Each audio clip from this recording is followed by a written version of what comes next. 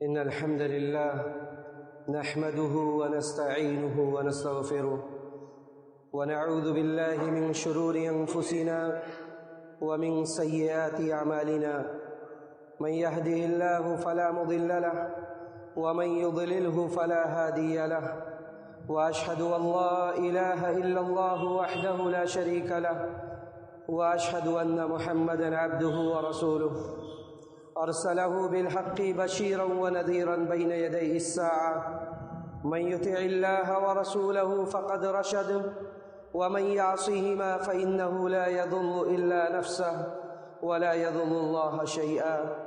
أما بعد فإن خير الحديث كتاب الله وخير الهدي هدي محمد صلى الله عليه وسلم وشر الأمور محدثاتها وكل محدثة بدعة وكل بدعة ضلالة وكل ضلالة في النار. فأعوذ بالله السميع العليم من الشيطان الرجيم. بسم الله الرحمن الرحيم.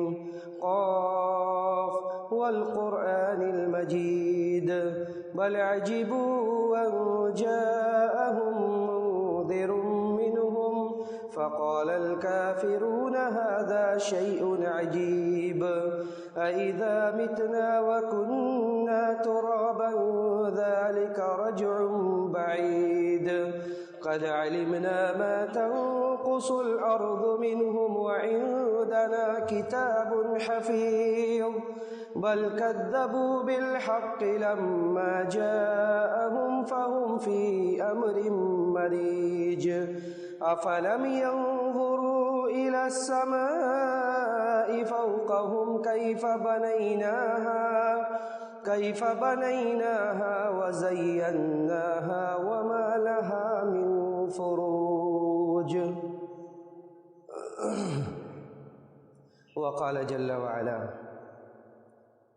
قد أفلح المؤمنون الذين هم في صلاتهم خاشعون والذين هم عن اللغو معرضون. محترم بزرگوں، نوجوان ساتھیوں، پردہ نشین ماں اور بہنوں، اللہ رب العزت والجلال نے نبی علیہ الصلاۃ والسلام کو آخری نبی اور رسول بنا کر اس روئے زمین پر مبعوث فرمایا. آپ کی رسالت اس سے پہلے آنے والے تمام ادیان سماویہ کے لیے ناسخ ثابت ہوئی. آپ کو سارے نبی اور سارے رسولوں پر فضیلت دی گئی اور اس فضیلت کو اللہ سبحانہ و تعالیٰ نے متعدد انداز اور مختلف اسلوب میں ثابت کیا. اسی کی ایک مثال یہ تھی کہ اللہ رب العزت والجلال نے آپ کو بیداری کی حالت میں روح اور جسم کے ساتھ مسجد حرام سے اٹھا کر فرشتوں کے ذریعے مسجد حرام سے اٹھا کر مسجد اقصیٰ کا سفر کرایا گیا اور مسجد اقصیٰ کے بعد آسمانوں کی سیر کرائی گئی. جنت و جہنم کے مختلف نظارے آپ کے سامنے پیش کیے گئے،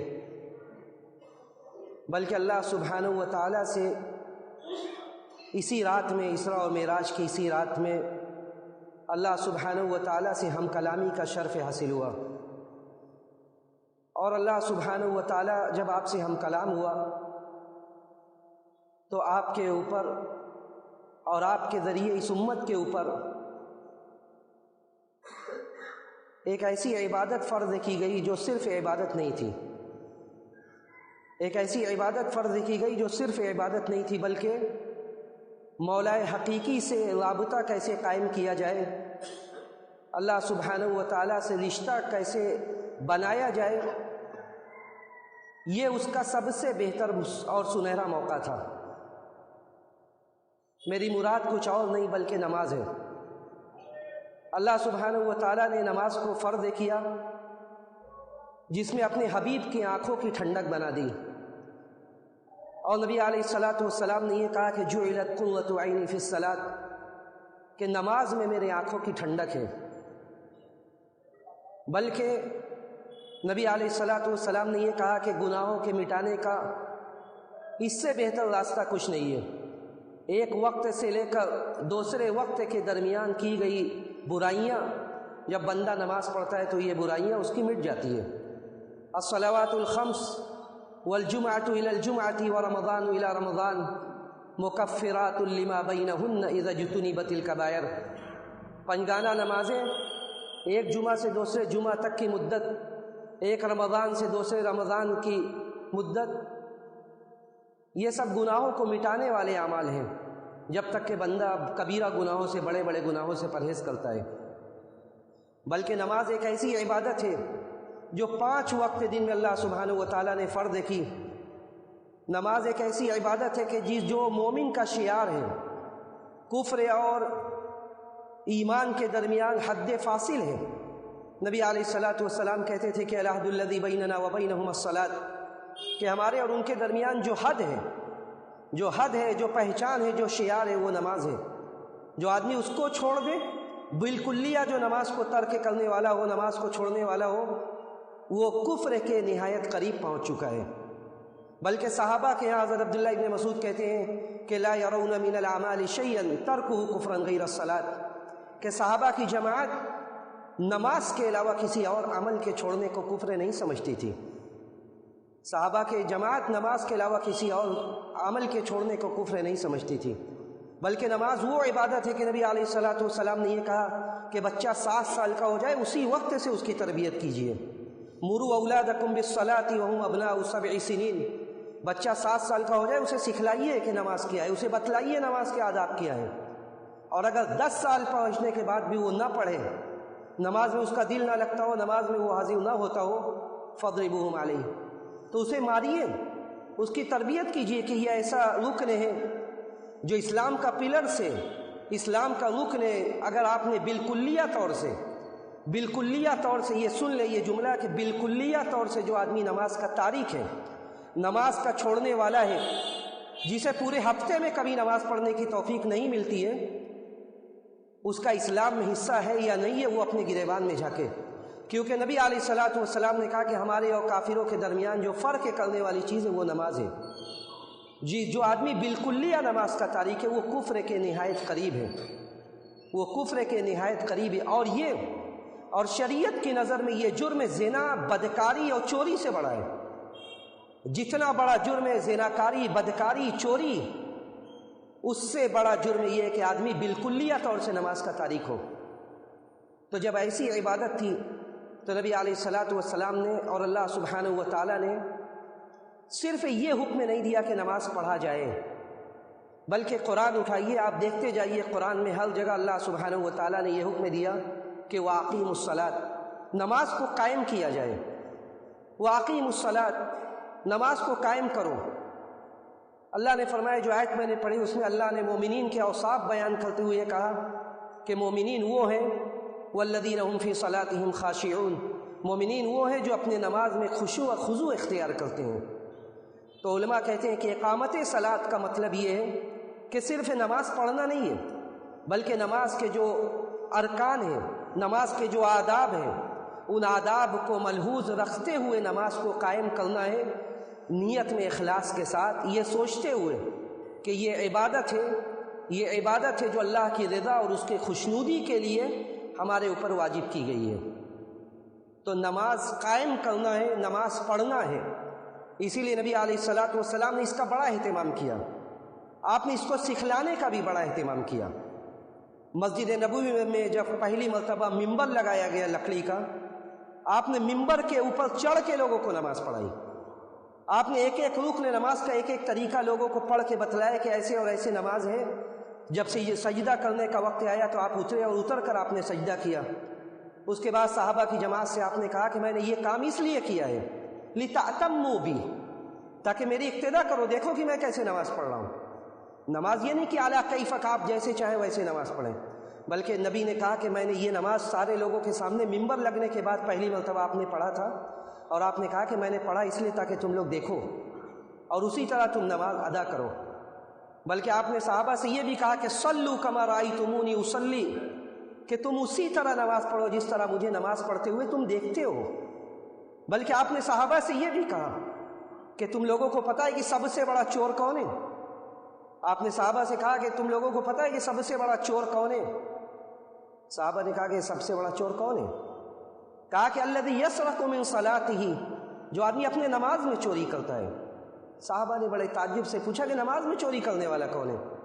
کہا کہ الذی لا یتم رکوعہ وسجودہ، کہ نماز کا چور وہ ہے جو نہ تو اپنا رکوع مکمل طور سے کرتا ہے جو نہ تو اپنا سجدہ مکمل طور سے کرتا ہے، یہ نماز کا چور ہے۔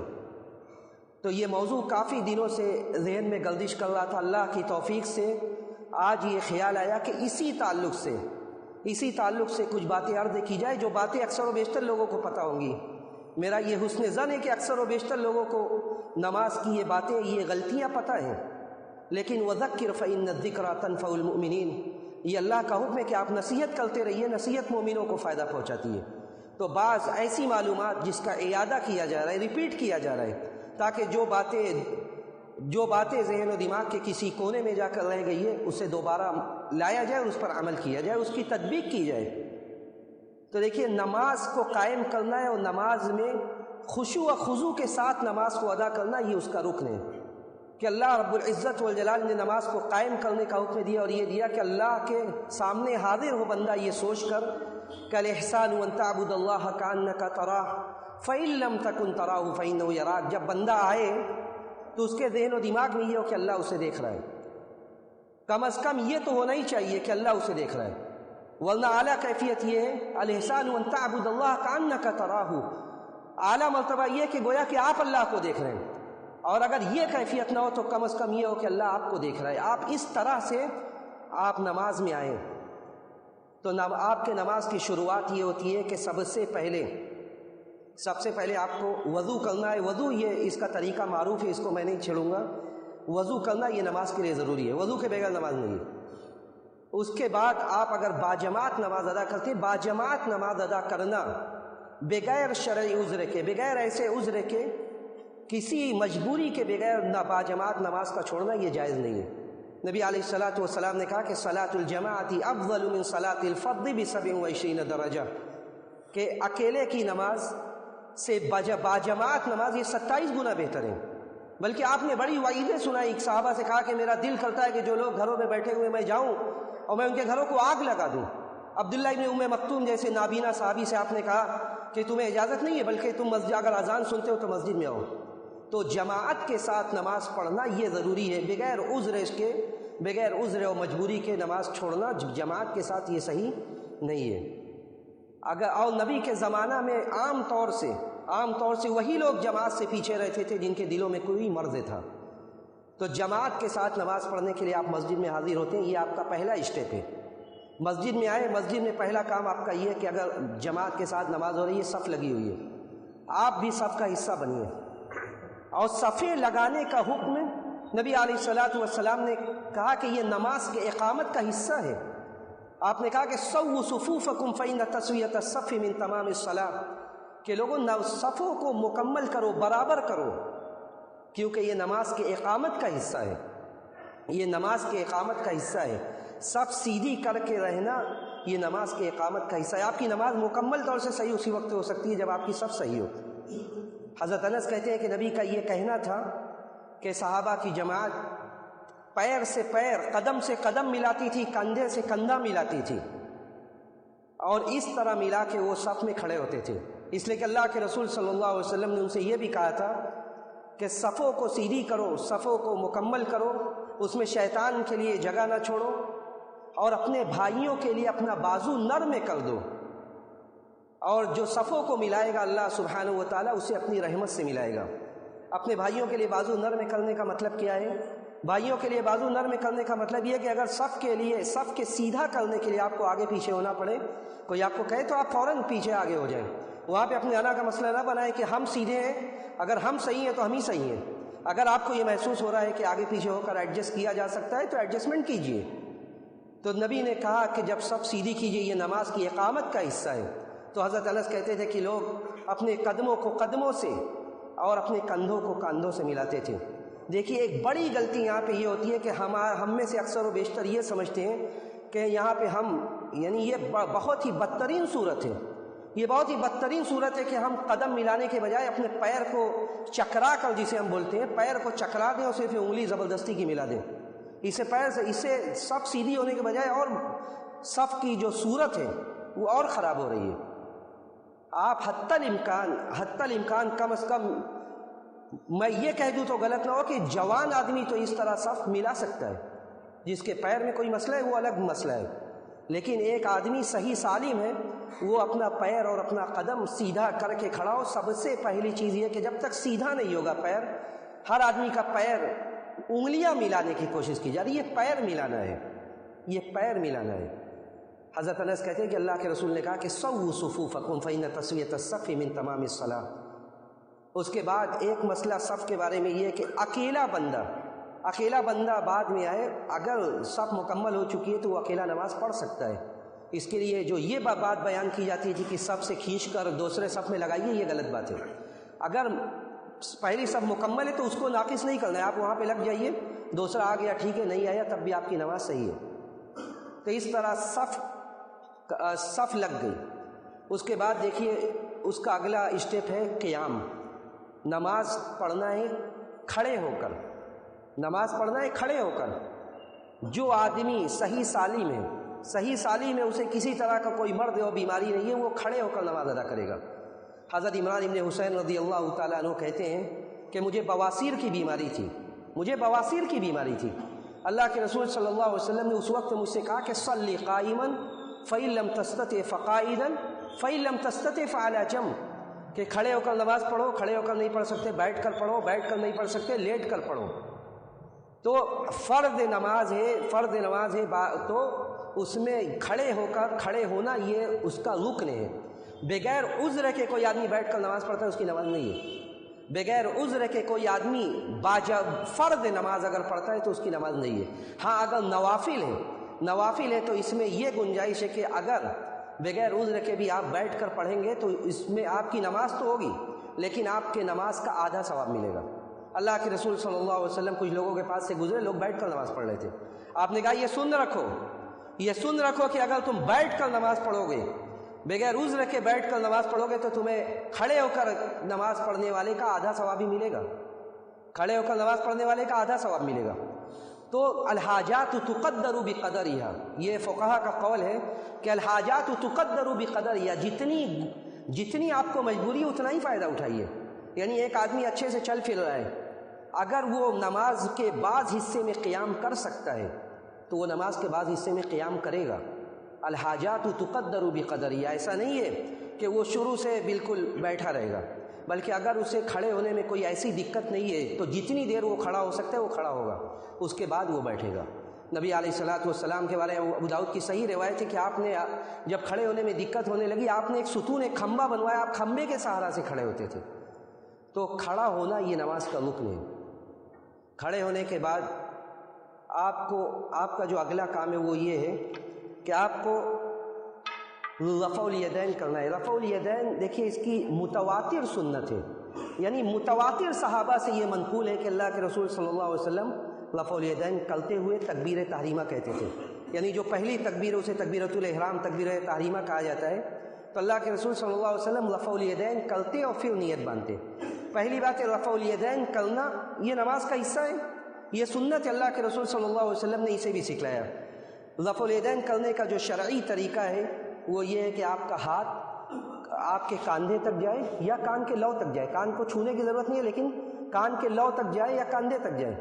اب ہمارا رفع الیدین ایسے ہوتا ہے، کسی کا ہاتھ ایسے ہے، یعنی میں معذرت کے ساتھ کسی کا ہاتھ ایسے ہے، کسی کا ہاتھ ایسے ہے، کسی کا پیٹ تک جا رہا ہے، کسی کا سینے تک جا رہا ہے، کسی کا ہاتھ مڑا ہوا ہے ایسے، کوئی آیا ایسے، یعنی یہ نماز آپ چاق و چوبندی کے ساتھ چست ہو کر نماز میں کھڑے ہوئیے۔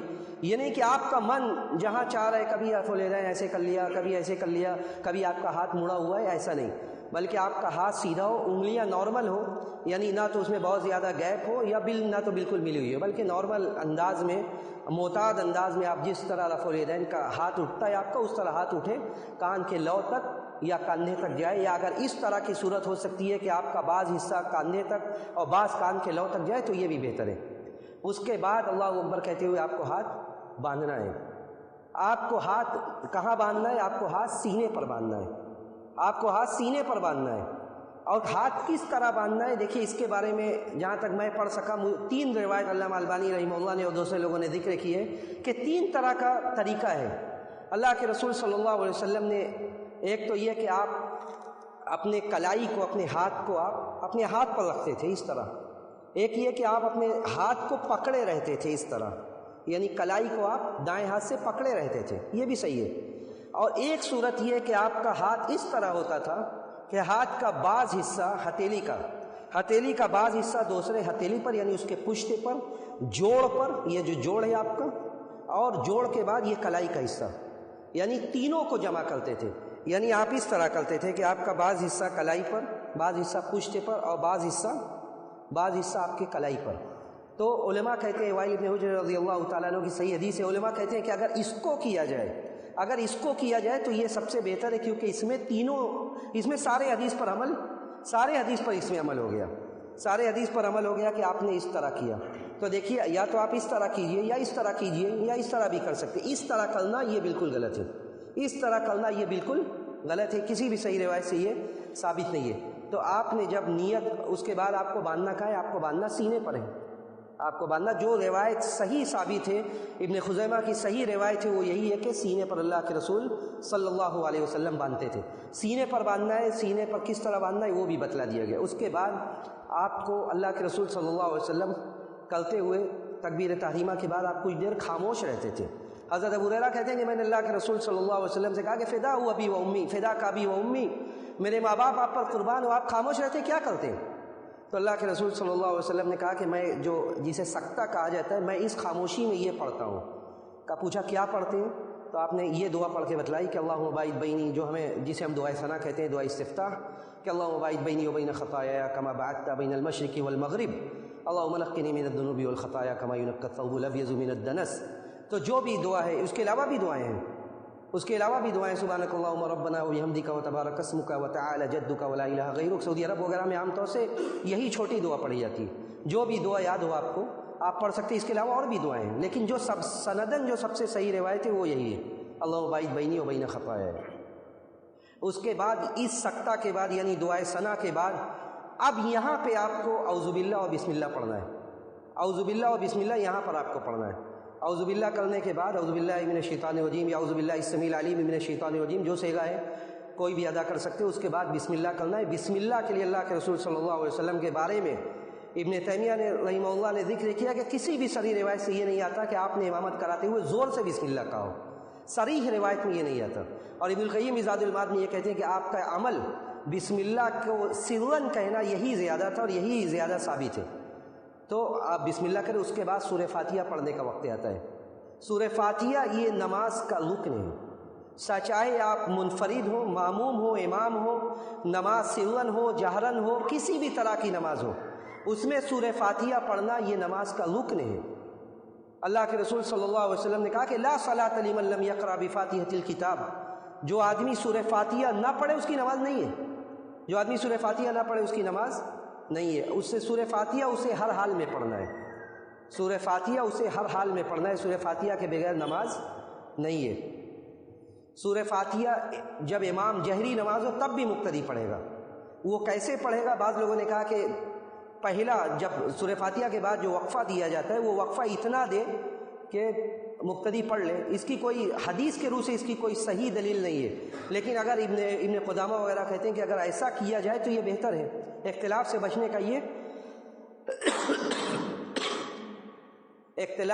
کا یہ طریقہ ہے کہ آدمی اس پیریڈ میں، اس وقفے میں سورہ فاتحہ کو پڑھ لے، لیکن سورہ فاتحہ اسے پڑھنا ہی ہے، بلکہ وہ بعد میں آ کر لگے گا تب بھی سورہ فاتحہ اسے پڑھنا ہے۔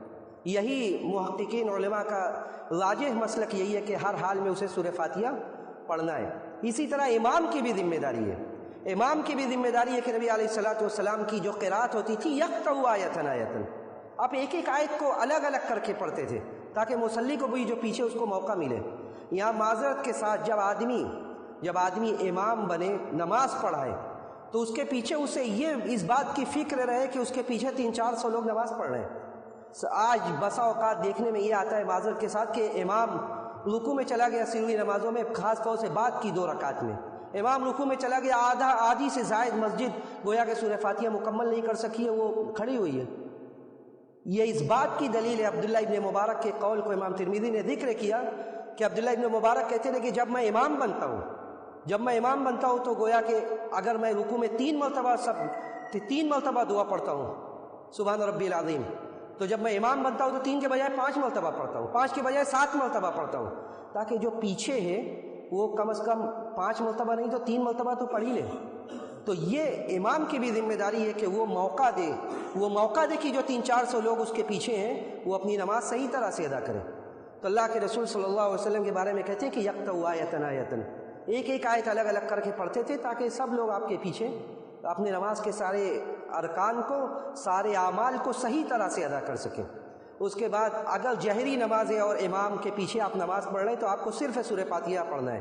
اللہ کے رسول صلی اللہ علیہ وسلم کے پیچھے صحابہ پڑھ رہے تھے اور تھوڑا آواز بلند ہو رہی تھی، آپ نے صحابہ سے کہا کہ لعلکم تقرؤون شیئا، تم لوگ کچھ پڑھتے ہو؟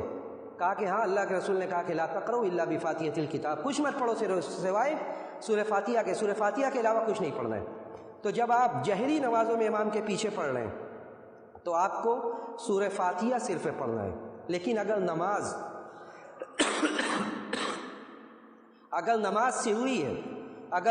سروی ہے تو سورہ فاتحہ کے علاوہ پہلی 2 رکعتوں میں، اگر رباعی نمازیں 4 رکعت والی نمازیں ہیں تو جو شروع کی 2 رکعتیں اس میں سورہ فاتحہ کے بعد کوئی سورت بھی پڑھنا ہے، سورہ فاتحہ کے بعد کوئی سورت بھی پڑھنا ہے۔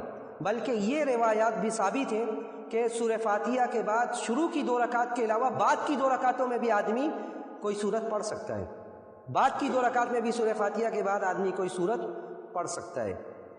اس کے بعد اللہ کے رسول صلی اللہ علیہ وسلم نے گویا کہ آپ نے سورہ فاتحہ پڑھا، سورت پڑھا، آپ کی 1 رکعت یہ قیام آپ کا مکمل ہو۔ اس کے بعد اگلا حصہ ہے رکوع کرنا، آپ کو رکوع میں جانا ہے۔ رکوع میں جانے کا طریقہ یہ ہے کہ آپ کی پیٹھ اور آپ کا سر بالکل برابر ہو، یعنی ایسا نہ تو سر اس سے نیچے ہو نہ اونچا ہو، یعنی اس طرح کوشش کیجئے کہ برابر ہو، اور آپ اپنے گھٹنے پر ہاتھ اس طرح رکھیں کہ گویا کہ آپ اپنے گھٹنے کو پکڑے ہوئے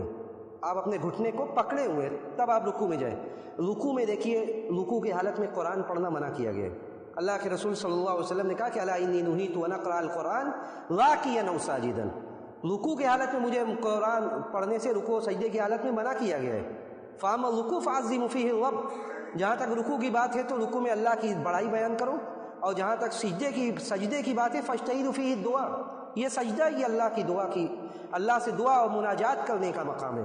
فقمنوا ان یستجاب لکم، بہت مناسب ہے یا بہت لائق ہے کہ سجدے کی حالت میں کی گئی تمہاری دعا یہ قبول ہو اللہ کے ہاں۔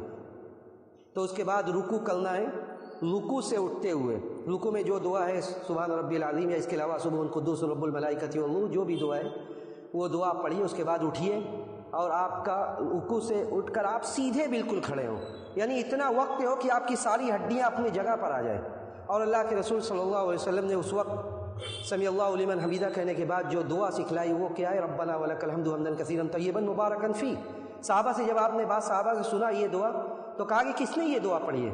بتایا گیا کہ یہ جس نے پڑھا تھا اس نے کہا کہ میں نے پڑھی ہے۔ کہا کہ یہ دعا ایسی تھی کہ جب یہ دعا تمہارے منہ سے نکلی تو 30 سے زائد فرشتے دوڑنے لگے، 30 سے زائد فرشتے سبقت کرنے لگے اس کا ثواب لکھنے کے لیے، اس کا ثواب لکھنے کے لیے 30 سے زائد فرشتے سبقت کرنے لگے۔ اس کے بعد آپ یہ کہتے ہوئے اٹھیں، پڑھیں۔ اس کے بعد آپ کو جانا ہے سجدے میں۔ سجدہ یہ کیا ہے؟ سجدہ میں جانے کے لیے کیسے جانا ہے؟ دیکھیے، سجدہ میں جانے کے لیے پہلے آپ کا ہاتھ جانا چاہیے، زیادہ راجح اور زیادہ صحیح طریقہ یہی ہے۔ اگرچہ بعض لوگ جو حرم گئے ہیں مکہ و مدینہ ان لوگوں نے دیکھا ہوگا کہ وہ لوگ پہلے گھٹنا رکھتے ہیں۔ دیکھیے، اللہ کے رسول صلی اللہ علیہ وسلم نے کہا کہ اذا سجد احدکم فلا یبرک کما یبرک البعیر، جب کوئی آدمی سجدہ کرے تو اونٹ کی طرح نہ بیٹھے۔ اور اسی روایت میں آگے یہ کہ ولیضع یدیہ قبل رکبتیہ، آدمی ہاتھ رکھے اور اس کے بعد پھر گھٹنا رکھے، ہاتھ رکھے اور اس کے بعد پھر گھٹنا رکھے۔ تو آپ اس طرح کرتے ہوئے آپ سجدے میں جائیں۔ سجدہ دیکھیے وقت ختم ہو رہا ہے، اگر موقع ملا تو باتیں پوری کی جائیں گی انشاءاللہ اگلے خطبہ جمعہ میں، کہ سجدہ دیکھیے یہ 7 اعضاء پر سجدہ کرنا ہے آپ کو۔ ایسا نہیں ہے کہ سجدہ میں بعض موقع پر یہ دیکھا جاتا ہے کہ کسی کا پیچھے کا پیر اٹھا ہوا ہے ہوا میں۔ اللہ کے رسول صلی اللہ علیہ وسلم نے فرمایا کہ مجھے یہ حکم دیا گیا کہ ہم 7 اعضاء پر سجدہ کریں، یعنی 2 ہتھیلی آپ کی، 2 ہاتھ، 2 گھٹنا، 2 قدم، اور اس کے بعد آپ نے پیشانی اور ناک کی طرف اشارہ کر کے 1 کہا، یعنی اس کو اور اس کو 1 شمار کیا، یہ ہو گیا 7 حصے پر، جسم کے 7 حصے پر آپ کو سجدہ کرنا ہے، پوری ہتھیلی جما کر، اور آپ کے قدم کی انگلیاں قبلہ کی طرف ہونی چاہیے حتی الامکان، اور دونوں قدم ملا ہونا چاہیے، دونوں قدم ملا ہونا چاہیے۔ اللہ کے رسول صلی اللہ علیہ وسلم کے بارے میں حضرت عائشہ رضی اللہ تعالیٰ عنہ کہتی ہے کہ رات میں ایک مرتبہ مجھے لگا کہ آپ میرے بغل میں نہیں ہے، میں نے ہاتھ کیا تو میں نے آپ کا پاؤں پایا کہ وہ کھڑا ہوا تھا اور دونوں ملا ہوا تھا۔ تو قدم سجدے میں اس طرح ہو کہ دونوں قدم ملا ہوا ہو، انگلیاں قبلہ کی طرف مڑی ہوئی ہو۔ اور اسی حدیث میں اللہ کے رسول صلی اللہ علیہ وسلم نے ایک بڑی اہم بات کہی جس میں ہم سب مبتلا ہیں۔ اللہ کے رسول نے کہا کہ اور مجھے یہ اس سے منع کیا گیا ہے کہ میں نماز کی حالت میں اپنے بال کو سمیٹوں اور اپنے کپڑے کو سمیٹوں۔ مجھے اس سے منع کیا گیا ہے کہ میں اپنے بال اور اپنے کپڑے کو سمیٹوں۔ دیکھیے کپڑے کے سمیٹنے میں سب آتا ہے، کوئی آدمی یہاں عام طور سے لوگ نہیں اس کا خیال کرتے ہیں، لیکن یہ علماء نے، جب میں نے پڑھا اس پر، اس کی شرح میں، اور سعودی عرب میں کئی بار یہ بات سن چکا تھا کہ بعض لوگ اس میں نہایت متشدد ہیں۔ وہاں پر بعض لوگ نہایت متشدد ہیں کہ اگر ایک آدمی اپنی باہ کھول کر اس کو فولڈ کر لیا، لوگ آتے آ کر زبردستی کی بھی یہ فولڈ کھول دیتے تھے، کہتے تھے یہ تو منع ہے، یہ منع ہے کہ آدمی نماز کی حالت میں اپنے کپڑے کو سمیٹے۔ تو ایک صورت اس کی یہ بھی ہے۔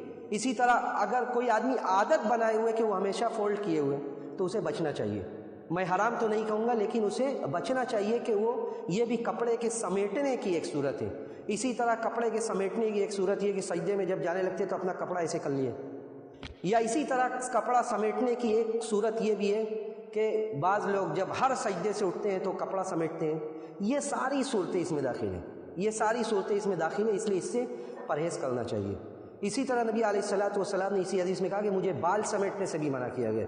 بعض لوگ بڑا بڑا بال رکھے ہوتے ہیں، اور یہاں تو الحمدللہ یہ صورت کم ہے کہ بعض مساجد میں بڑا بڑا بال رکھے ہوئے نوجوانوں سے میں خاص طور سے مخاطب ہوں جو بغیر ٹوپی میں نماز پڑھتے ہیں، اور ان کی عادت بعض لوگوں کی ہوتی ہے ہر سجدے سے اٹھ کے اپنا بال، جو بڑا بال ہوتا ہے بڑا بال سنوارتے ہیں ہاتھ سے اس کو، یعنی یہ سب کرنے کے لیے یہ نماز نہیں ہے، یہ سب کرنے کے لیے نماز نہیں ہے۔ نماز اللہ کے رسول صلی اللہ علیہ وسلم نے کہا کہ 7 اعضاء پر سجدہ کیجیے، بال اور کپڑا کو سمیٹنا یہ منع ہے۔ جب ہم اللہ کے لیے اپنا وقت نکال رہے ہیں، نمازوں کو پڑھنے کے لیے آ رہے ہیں، تو نماز اس طرح ہو جس طرح اللہ کے رسول صلی اللہ علیہ وسلم نے پڑھا اور حکم دیا کہ صلو کما رأیتمونی اصلی۔ یہ امر کا صیغہ ہے، حکم ہے اس میں کہ نماز اس طرح پڑھو جس طرح مجھے پڑھتے ہوئے دیکھے ہو۔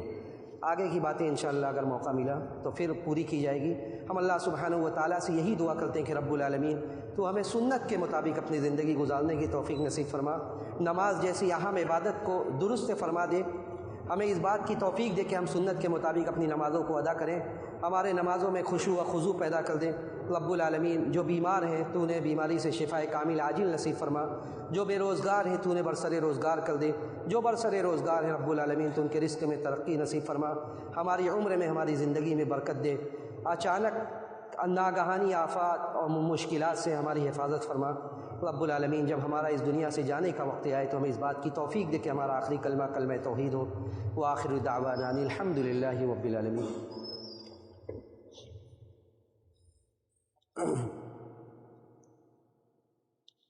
الحمد للہ علی احسانہ والشکر لہ علی توفیقہ وامتنانہ، واشہد ان لا الہ الا اللہ تعظیما لشأنہ، واشہد ان محمدا عبد اللہ ورسولہ الداعی الی رضوانہ۔ ان اللہ وملائکتہ یصلون علی النبی یا ایہا الذین آمنوا صلوا علیہ وسلموا تسلیما۔ اللہم صل علی محمد وعلی آل محمد کما صلیت علی ابراہیم وعلی آل ابراہیم انک حمید مجید۔ اللہم بارک علی محمد وعلی آل محمد کما بارکت علی ابراہیم وعلی آل ابراہیم انک حمید مجید۔ اللہم اعز الاسلام والمسلمین، اللہم اعز الاسلام والمسلمین واذل الشرک والمشرکین ودمر أعداء الدين واحمِ حوزة الإسلام يا رب العالمين. اللهم انصر أمة محمد، اللهم انصر أمة محمد، اللهم ارحم أمة محمد رحمة عامة. اللهم إنا نسألك العفو والعافية في الدنيا والآخرة. اللهم إنا نسألك العفو والعافية والمعافاة الدائمة في الدنيا والآخرة. ربنا ظلمنا أنفسنا وإن لم تغفر لنا وترحمنا لنكونن من الخاسرين. ربنا آتنا في الدنيا حسنة وفي الآخرة حسنة وقنا عذاب النار. عباد الله رحمكم الله، إن الله يأمر بالعدل والإحسان وإيتاء ذي القربى وينهى عن الفحشاء والمنكر والبغي يعظكم لعلكم تذكرون. اذكروا الله يذكركم وادعوه يستجب لكم، ولذكر الله تعالى أعلى وأولى وأعز وأجل وأكبر.